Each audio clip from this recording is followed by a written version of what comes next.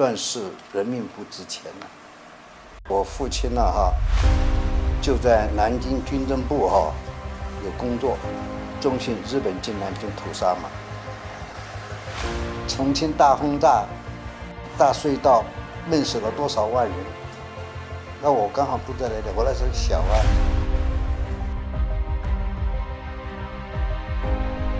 渐入冬季，直之棉衣多被炸毁。经数月之变卖，所有衣物亦已告罄。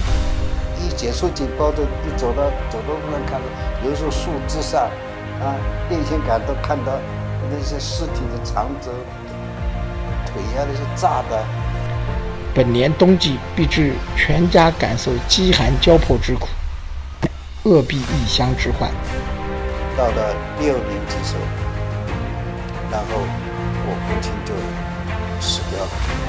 爸爸怎么讲吧，把我哥哥和我2个人的手断了，死的时候是2个眼睛睁得大大的。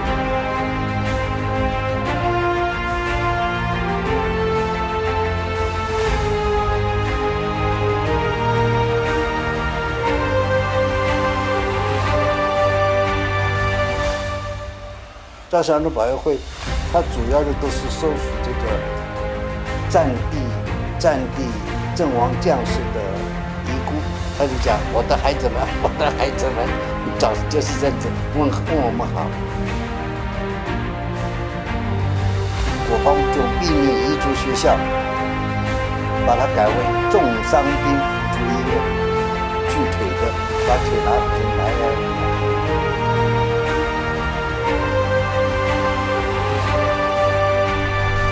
季强儿，今天接到你从广州车站上发出的信，知道你已经平安到了。你说学校只负责同学们的吃住，复课是没有希望的。因为那个时候逃难的海伦他不考完。请你暂时忍耐，好在同学很多，就是失学，也不是你一人。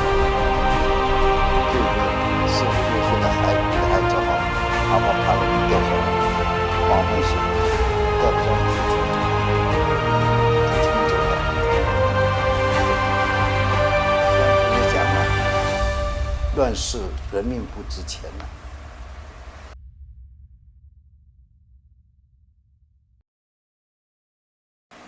乱世人命不值钱了。重庆大轰炸、大隧道闷死了多少万人？那我刚好住在那里，我那时候小啊。到了6年级时候，然后我父亲就死掉了。渐入冬季，直之棉衣多被炸毁，丧无法可能添置。如一旦因2个小孩无处参加伙食，直眷被逼失业，本年冬季必致全家感受饥寒交迫之苦，饿毙异乡之患。唯自本年入春以来，百物猛涨奇贵，以致每月所得维持家庭生活，初上可变卖弥补度日。经数月之变卖，所有衣物亦已告罄。我爸爸是在知青的时候，因为知青官他们那里有一个就是一个人值1个礼拜吧，这1个礼拜里面就是他负责的。他执行在那里大概才1个礼拜住了4、5天，他就得病了。得的是重庆有一种那种传染病，到早上人家来上班的时候，他已经睡到不能起来了。然后听说他们单位马上把他送医院，他们后面就有一个医院，部队里面后面就是军区医院，有个什么部队一个医院。当时医生就讲，已经过了2个小时就不行了，这个病过了2个小时就救不了了。就昏迷了吧，把他就送回家来了。这样子我们就赶快跑回家。跑回家，爸爸不能讲话，没有跟我们讲话，就是把我哥哥和我2个人的手拽到，他不放心。死的时候是2个眼睛睁得大大的，他放心不下，但是没办法，他的病没有办法救。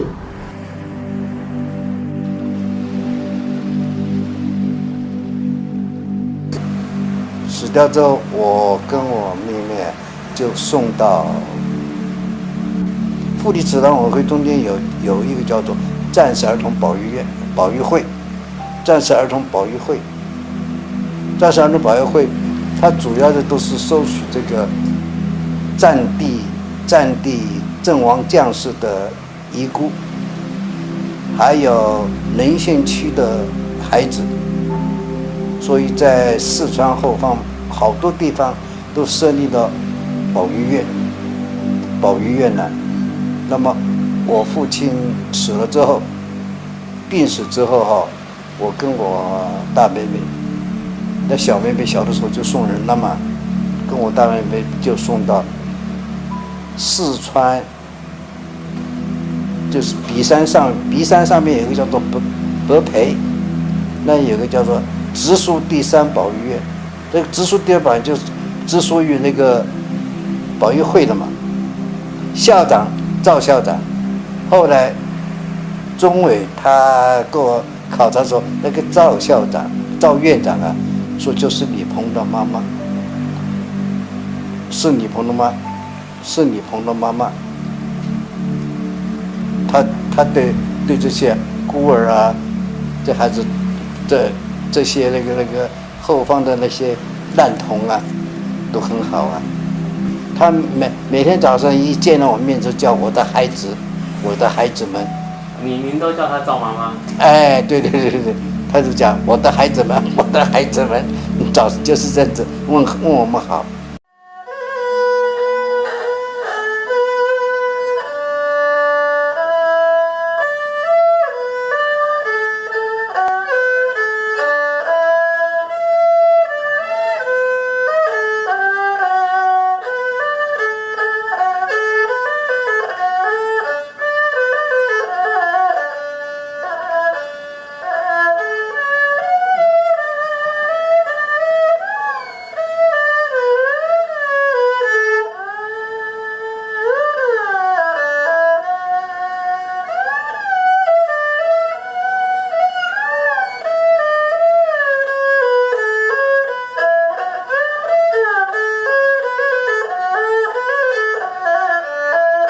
因为那个时候抗战的时候，一般学生没有什么娱乐嘛。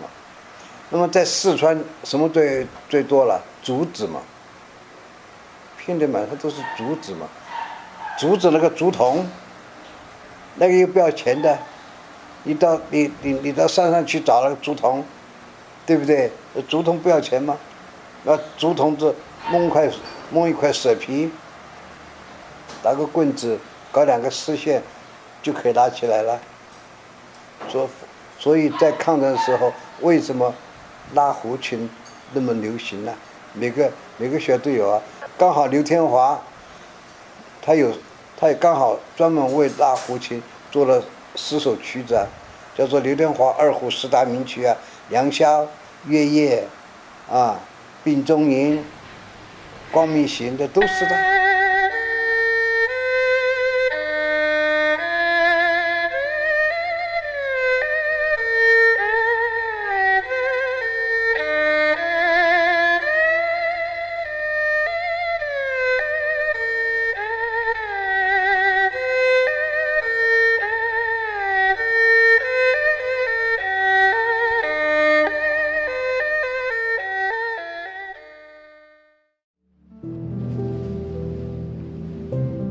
国民革命军一组学校在南京中山陵释放成复校，但刚好我有复习令呢，所以我就来附近去报道，我就进了36年底37年初，我就进了南京彝族学校了。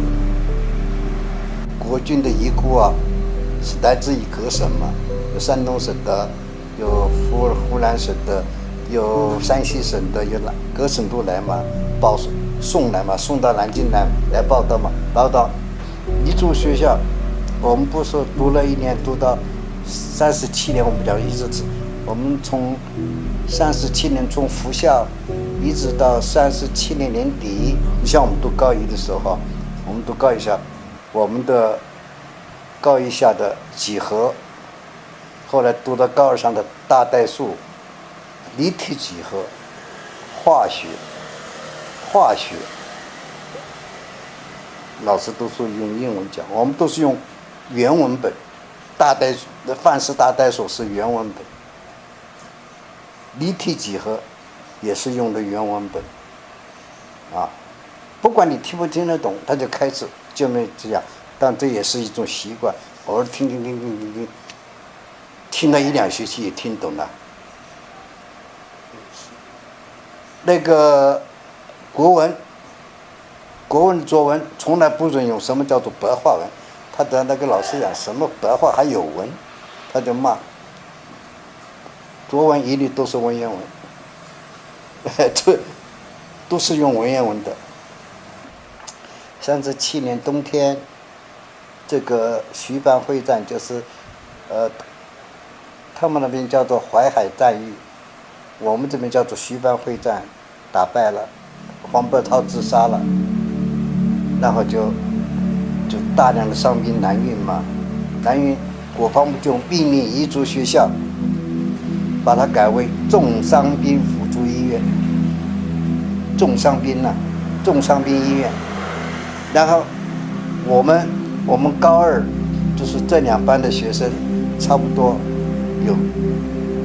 有70-80个人吧，这2班的高中部同学通通调去接受这个短期的医护训练，做看护兵，调到那个医院去做看护兵，所以我们就在看护轮值夜，在手术室里面帮忙，就是递东西的，递药啊，递工具了，锯腿的，把腿拿回去埋呀，就那个，我们就在那里做那个。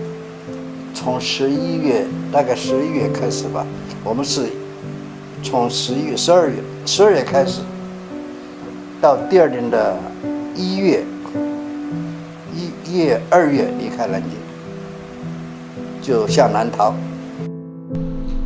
季强儿，今天接到你从广州车站上发出的信，知道你已经平安到了。你说学校只负责同学们的吃住，复课是没有希望了。你想离开学校，回到南京来读书。你有向上求学的心，令人可嘉。但是依照目前的情形看来，想来南京读书不是一件容易的事儿。现在南京市立学校招生都是以米计算，何况我已失业很久，至今尚未找到工作，一个人生活都成了问题。你现在在那儿吃住还住都没有办法，何能谈到读书？你也只好暂时将就一下，既来之则安之了。你要想想我们家里的状况，既没有产业，又没有可靠的亲友，何况时局如此的混乱。统而言之，请你暂时忍耐。好在同学很多，就是失学也不是你一人。你若是回来，也不会有书读，还要加上吃住，这样高的生活，我哪有能力负担呢？请你想一想吧。因为那个时候逃难的那个海轮它不靠岸的，它是停在江中间的。逃难人要去的话，必须过那个小划子、小木船，划到那个船边，船边，然后行李嘛由上面来吊上去，人嘛爬，就是好像海军陆战队那样子爬那个绳梯，爬到船上去。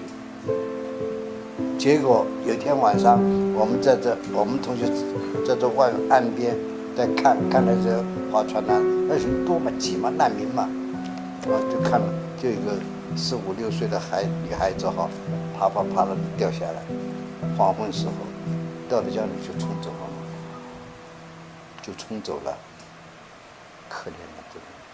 说人家讲嘛，乱世人命不值钱呐，很可怜的。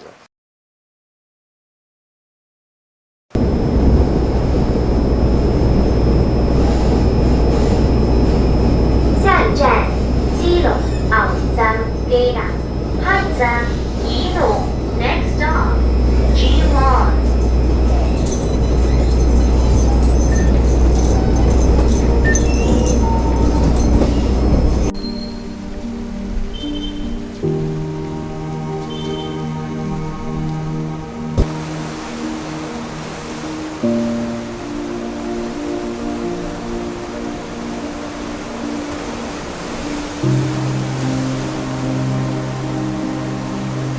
到了台湾海峡的时候，有台风啊，台风就吹了浪头打，船那种啊。台风来，刮风下雨也。那就淋啊，淋啊。我们不是有那个时候那个胶布吗？挡一挡啊，没有挡就淋啊，淋着太阳来就晒干了，反正也有好久，要这1天半吧2天就到了基隆港了。8月2号到基隆港的。到了基隆港，然后当天晚上就坐火车，就到台北大桥国民学校啊，就住在大桥国民学校了，就下来了。姬强兄，你6月16的信，我们至今才收到。当我把此封信交给母亲时，她很高兴，听说可以通信。但是看到你说得了病，母亲难过的哭了。他说假如家里的环境好的话，绝不让你去。解放后我写了一信给你，但是经过1个月后又退回来了，所以我以为不可通信，就没有再写信给你。我们在这里都很好，姬强兄，自从广州通信后，我们便等着你的音讯，直到现在没有见着你一字的影子。母亲天天在念着你，不知你的去向，又担心着你。最近听您说我们的学校搬到台湾去了，所以我冒险来写此信给你，不知你是否能收到。姬强兄，南京一别不觉又是1年多了，日子真快，在这1年当中没有沧海桑田。我们很短的到了台湾，这使我们感到无限的快慰。接到了您的来信，真使我们高兴得如获至宝。尤其是母亲，正给予了她背碎信场的无限安慰。今后更希望你时常来信，以免我们挂念。姬强，台湾是不是一个很小的岛？一天能够走1圈吗？在那儿你遇见熟人没有？你们现在台北好吗？生活情形怎样？台湾是个海岛，风景一定很美丽。你们还常出来玩，有空报告一些台湾的风土人情给我们呀。这一个是糖，稀奇啊，那个清兵很稀奇，还有一个木屐啊，晚上那个男男女女的咔啦咔啦咔啦咔啦的木屐，非常稀奇。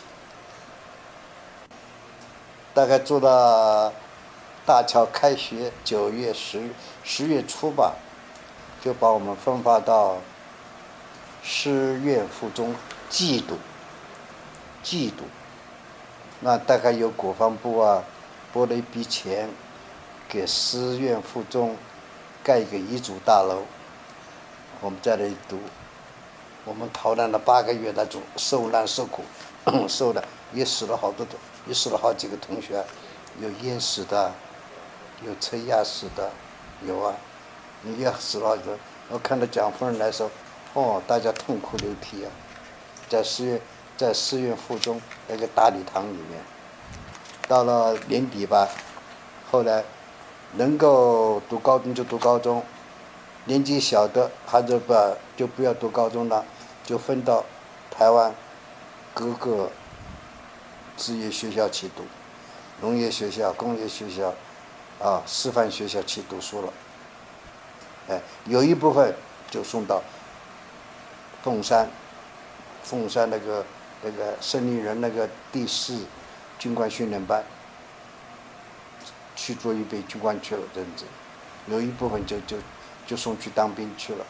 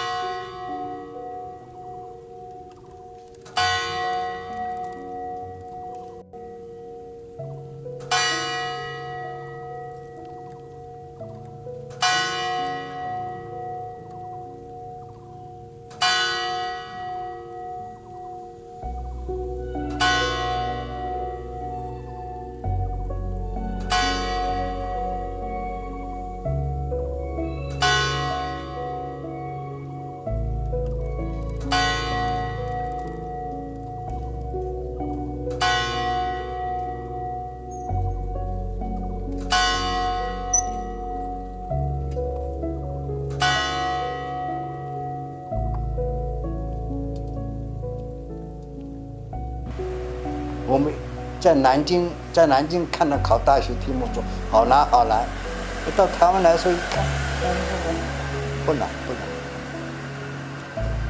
所以台湾那一年，我们班上那21个人，当年考上大学的是20个人，进台大的，进师范学院的，进农学院的，台中农学院的都有啊，20个。我们一看到说不难，这考大学一点都不难，以后就难了。我们刚来的时候，也许是占了这个国文了哈，国文跟英文的便宜。那在台大里头好像还有几位是迎新学校的以前的同学。有啊，我班上就好几个啊，就是像我卢和生，那个杨培贵、严信恒、严志恒，刘光伟，这都是你讲嘛 ，University 是有你玩4年吗？你们那时候就这样了？那时候人家都在讲嘛，都是这么讲，大家都那个，尤其是文学校，就我们也不会唱，也不会跳舞，跳舞也不会跳，什么，就是刚好有一天我跟林佩瑜是看他意思，他说因为我都比较喜欢拉拉胡琴啊，对这个国乐稍稍有点兴趣啊，就是我们2个报个名班，那是第一次，新闻国乐社有2个学长哈，2、3个学长，他们召集的，说刚刚成立的时候只有14个人嘛。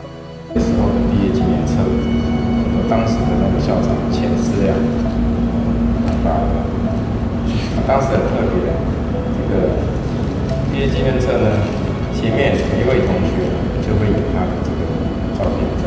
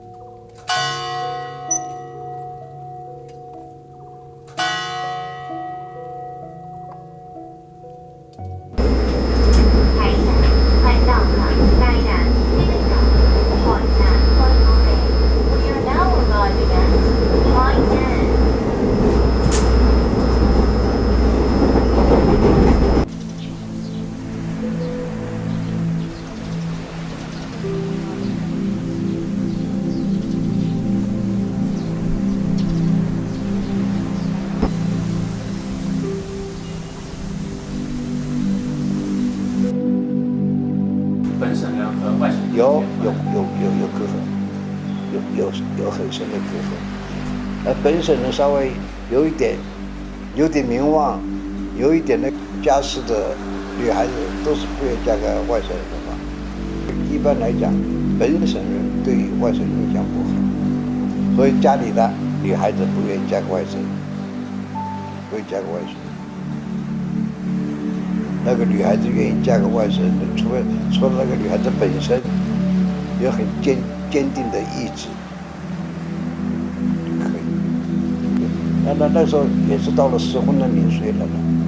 到了适婚年岁啊，刚好有个同事，他的太太跟我太太姐姐同学，那他也是到了适婚年龄了，26、27岁了啊。然后就说反正我也单身嘛，我讲他已经上午公婆，下午姑嫂，这个小姑小叔的，也单身汉一个人的，他也就这样见面，看了还可以，就这么认识了4、5个月，我看头一年的圣诞节。前2、3个礼拜介绍，那个同事就在那个空军俱乐部招待我们去跳舞。其实我们也不会跳，到了去闹嘛到了第2年的青年节3月29，结果他父母同意，我们就订婚。再过了1年，到了52年，就是63年，到63年的时候。有酒干南妹不？那个。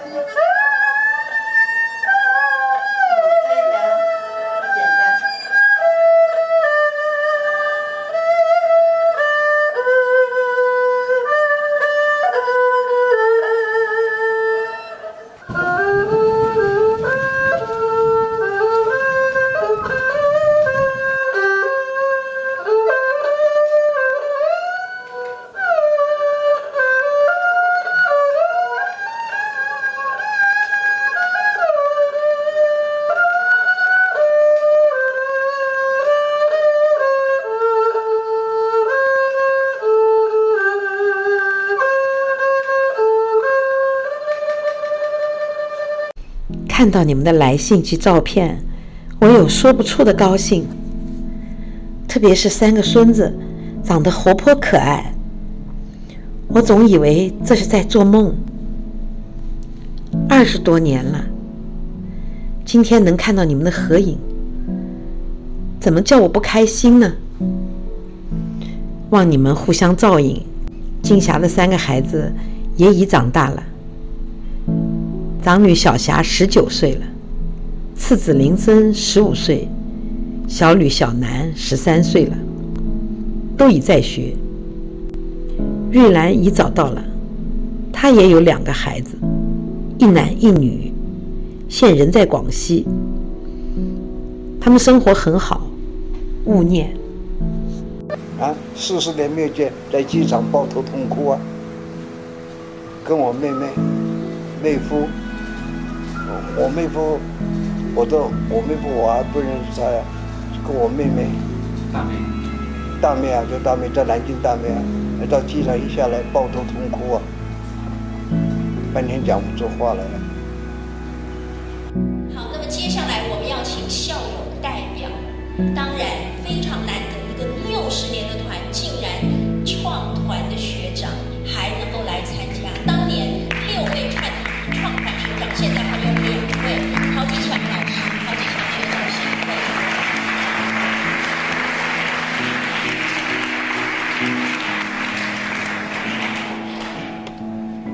陶吉祥学长，1951年到1955年，就民国40年到44年，在台大历史系就读。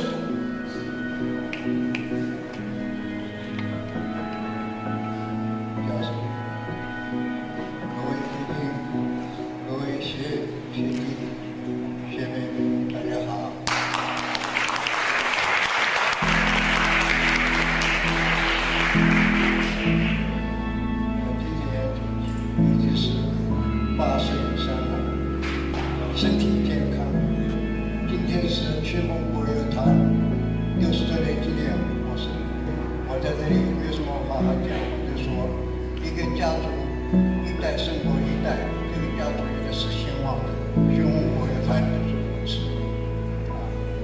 最后，我想祝贺大家身体健康，同时也盼望新丰国乐团永续长